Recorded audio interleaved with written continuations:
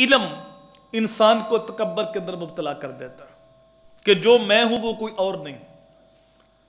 اور اس کائنات کے اندر جو سب سے پہلا گناہ ہوا وہ تکبر کی وجہ سے ہوا. جب اللہ نے حکم دیا تھا فرشتوں کو کہ آدم علیہ السلام کو سجدہ کرو تو سب نے سجدہ کیا لیکن ابلیس نے نہیں کیا تھا. ابا واستکبر وکان من الکافرین، قرآن کہتا ہے اس نے تکبر کیا اور کافروں میں سے ہو گیا. اس نے تکبر کیا کیا تھا؟ اس نے کہا انا خیر منہ، کہ میں اسے سجدہ کیوں کروں، میں اسے ہوں ہی بہتر. اور بہتر ہونے کی اس نے دلیل کیا دی؟ خلقتنی من نار وخلقتہ من طین، میں آگ سے بنا ہوں، یہ مٹی سے بنا ہے. اگر یہ آگ سے بھی بنا ہوتا تو پھر بھی میرے برابر ہوتا، میں پھر بھی سجدہ نہ کرتا. اب یہ تو بنا ہی مٹی سے، میں سجدہ کیوں کروں؟ یہ تکبر کے اندر آ گیا. تو اللہ تعالیٰ نے اس کو قیامت تک لعنت کا طوق اس کے گلے میں ڈال دیا اور مردود ہو گیا. تو یہ بعض علم ایسے ہیں کہ جو انسان کو تکبر کے اندر مبتلا کر دیتے ہیں.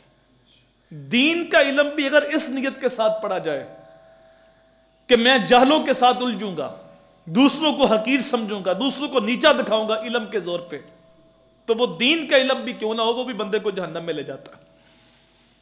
تو کوئی بھی علم اگر انسان اس نیت کے ساتھ پڑھتا ہے یا پڑھنے کے بعد تکبر آ جاتا ہے کہ جو میں ہوں کوئی اور نہیں ہے، جتنا علم میرے پاس ہے، جو بات کرنے کا ڈب سلیقہ میں جانتا ہوں کوئی اور نہیں جانتا، تو وہ علم اس کو برباد کر دے گا.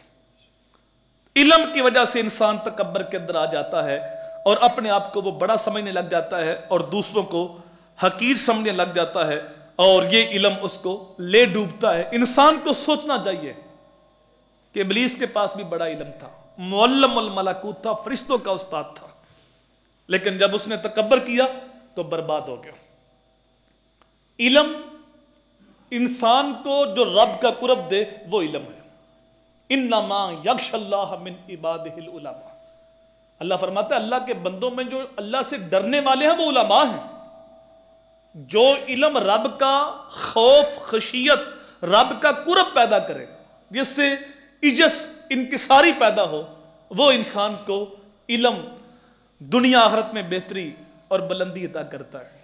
اور جو علم انسان کو تکبر کے اندر مبتلا کر دے وہ انسان کو ایک دن برباد کر دے گا. میاں صاحب فرماتے ہیں پڑھنے ہوتے مان کری نہ تے نہ آنکھی میں پڑیا، او جبار کہار صداوے متاں روڑ دے وے دودھ کڑیا.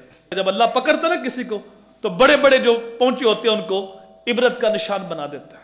بلم بن بورا کی مثال ہمارے سامنے ہے. وہ کہاں تک پہنچا ہوا تھا؟ مستجاب الدعوات تھا، لیکن جب اللہ نے پکڑا تو قرآن کہتا ہے مثلہ کمثل الکلب، اس کی مثال کتے کی مثال ہے. تو تکبر انسان کو برباد کر دیتا ہے.